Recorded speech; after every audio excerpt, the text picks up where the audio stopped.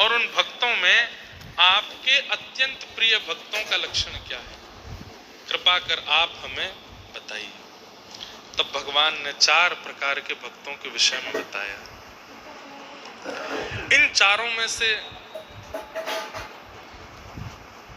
हम कौन से हैं, ये अनुभव हमें करना चाहिए।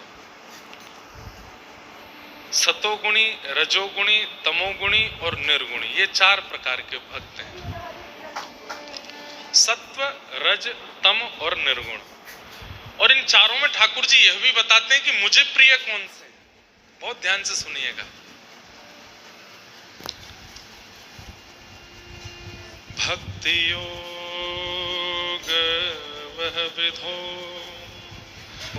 मार्गैर्भामिनि भाव्यते स्वभाव गुणमार्गेण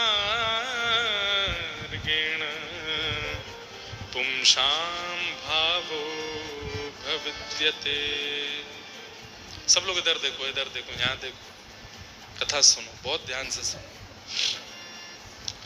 भगवान स्वयं बता रहे हैं, श्री भगवान उवाच, लिखा है भगवान बोल रहे हैं मेरे कितने प्रकार के भक्त हैं और मुझे उनमें से कौन से प्रिय हैं। तब भगवान कहते हैं अभिसंधाय यो हिंसाम दंभं मात्सर्यमेव वा संरम्भिभिन्दग्भावम् मयि कुर्यात् स तामस।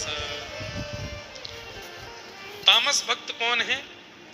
अभिसंधाय यो हिंसाम, मैया जो मेरे समीप किसी अन्य के प्रति ईर्ष्या की भावना से आता है, ऐसा व्यक्ति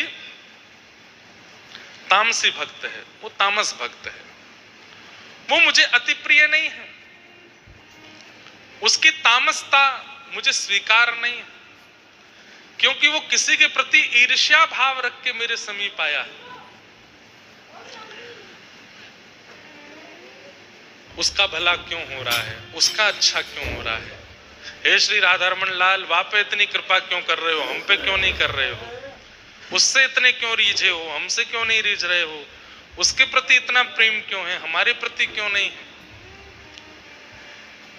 बंधुओं, एक मेरी बात सुनिएगा, ध्यान से सुनो, सब लोग इधर देखो। भक्ति में भी अगर ऐसी भावना आती है ना कि उसको नित्य वृंदावन जाने को मिलता है, हमको क्यों नहीं मिलता, उससे आप इतने प्रसन्न क्यों हो, उसको गुरुदेव का सानिध्य क्यों मिला है, वो कथा में क्यों जा रहा है, हम क्यों नहीं जा पा रहे हैं। कहीं भी प्रतिस्पर्धा यदि आपके चित्त में आती है किसी भी व्यक्ति के प्रति, तुरंत आप तामसी हो जाते हो। ठाकुर जी कहते हैं ये तामस लोग मुझे प्रिय नहीं है। प्रसिद्ध कथा आती है कि श्री जयदेव महाप्रभु ने जब गीत गोविंद की रचना की और पूरे विश्व में गीत गोविंद प्रसिद्ध होने लगा, जगन्नाथ जी को इतना प्रिय लगने लगा, तब एक और व्यक्ति ने गीत गोविंद की रचना की।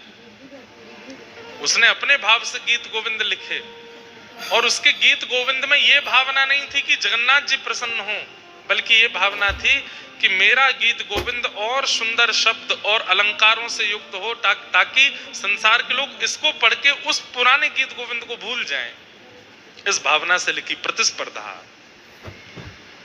कहते हैं महाप्रभु जगन्नाथ जी उसके स्वप्न में नृसिंह बन करके पहुंच गए और जाकर के कहने लगे कि जिस प्रकार हिरण्यकश्यप के उदर का भेदन किया, ऐसे ही तेरा भी कर दूंगा। अपने गीत गोविंद को समुद्र में प्रवाहित कर दे। मुझे गीत प्रिय हैं, मुझे रचनाएं प्रिय हैं, भक्तों के भाव प्रिय हैं, पर प्रतिस्पर्धा प्रिय नहीं है। इसलिए प्रतिस्पर्धा मत करो। गीत गोविंद एक ही है और जयदेव महाप्रभु ने जो लिखा वही है। तुमको कुछ लिखना है तो तुम अलग से लिखो, गीत गोविंद नाम मत देना। ठाकुर जी को ईर्ष्या प्रिय नहीं है, तामसता प्रिय नहीं है।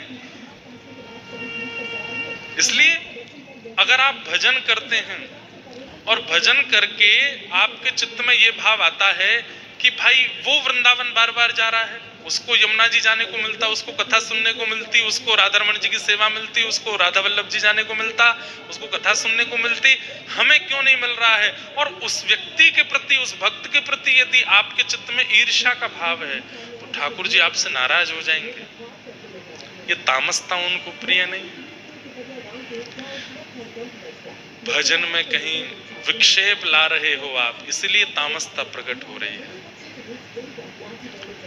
तो हिंसा की भावना, ईर्ष्या की भावना, किसी अन्य से बढ़िया स्वयं को दिखाने का प्रयास करना, उसको नीचा दिखाने का प्रयास करना अपनी गतिविधि या क्रिया से, ठाकुर जी कहते हैं ये मुझे प्रिय नहीं है।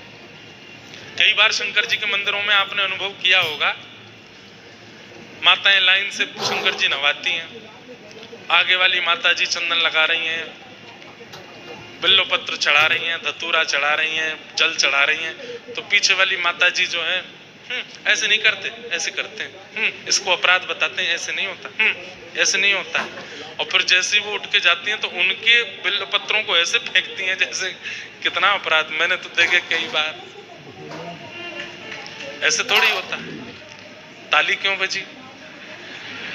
ज्यादातर ऐसा ही होता है क्या? जय हो।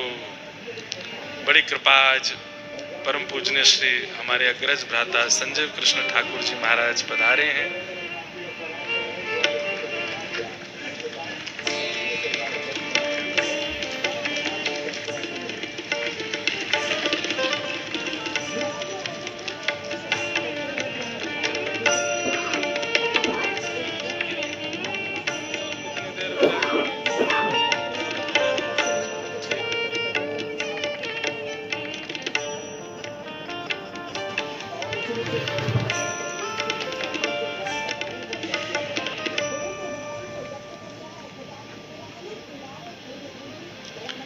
श्रीमद् भागवत के बड़े सरस प्रवक्ता गौ माता की खूब सेवा जिनके द्वारा होती है, ऐसे हमारे अग्रज श्री संजीव कृष्ण ठाकुर जी महाराज पधारे। सब श्रोताओं की ओर से पूज्य महाराज जी को बारंबार प्रणाम, बारंबार वंदन। अभिसंधाययो हिंसां दंभं मात्सर्यमेव वा संरंभी भिन्द्रग्भावं मयि कुर्यात् सतामसम्। तो ठाकुर जी क्या कह रहे हैं? मैया ये मेरे प्रथम श्रेणी के भक्त हैं, इनको क्या कहते हैं? ये तामस भक्त हैं और ये मुझे प्रिय नहीं है। क्यों? क्योंकि इनकी भक्ति में सदा दूसरे के प्रति ईर्ष्या ही रहती है। ये मेरा दर्शन तो करते हैं, ये मेरी परिक्रमा तो करते हैं, ये यमुना स्नान, गंगा स्नान, तीर्थ याटन सब करते हैं, पर इसके बाद भी ये दूसरों से ईर्ष्या करना नहीं छोड़ते, ये दूसरों के प्रति मात्सर्य भाव का त्याग नहीं करते। इसलिए मैया ये मुझे प्रिय नहीं है। और बंधुओं एक बात कहें, बहुत भक्त वैष्णवों के चित्त में यह अनुभव किया गया, दिन भर में 8-8 बार राधा रमन जी के दर्शन करने वाले, अष्टयाम दर्शन करने वाले भी जब उनके सामिप्य में जाकर के मिले, बिहारी जी की नित्य की सेवा करने वाले, नित्य वृंदावन परिक्रमा करने वाले, उनके सामिप्य में जाकर के भी जब उनके हृदय के भाव देखे तो उनके हृदय के भाव में भी अन्यों के प्रति दोष गुण इन सब का चिंतन है। और यही तामसिकता है, ये ठाकुर जी को प्रिय नहीं है। इसलिए हमारी माँ ने तो कम से कम इतना कीजिए कि माला हाथ में ली है, कंठी गले में धारण की है, एकादशी नियम रखा है, वृंदावन वास की भावना रखिए, तो सबसे पहले दूसरों में गुण देखना प्रारंभ कीजिए, दोष नहीं देखिए। ये दोष दृष्टि हमारी स्वाभाविक दृष्टि है, स्वाभाविक दृष्टि है। आपको कह दिया जाए चलो एक व्यक्ति को हम बुला के मंच पर खड़ा कर दें और सबसे कह दें चलो इसमें दोष देखो, तो आप लोग बहुत जल्दी जल्दी दोष बता दोगे। इसके कान छोटे हैं, इसके पाम ऐसे हैं, इसका मुंह ऐसा है, इसके पेट ऐसे हैं, और तो चलो इससे थोड़ी वार्ता करके और दोष बताओ। महाराज जी ये बोलता ऐसे है, इसके अंदर थोड़ी हमको चातुकारी सी लग रही है, ये थोड़ा चतुर है, ये ऐसा है वैसा है। लेकिन आपसे कह दिया जाए चलो आपने दोष तो 100 बताओ, गुण बताओ, तो गुण ढूंढने में व्यक्ति को महीनों लग जाते हैं, साल लग जाते हैं, गुण नहीं दिखता।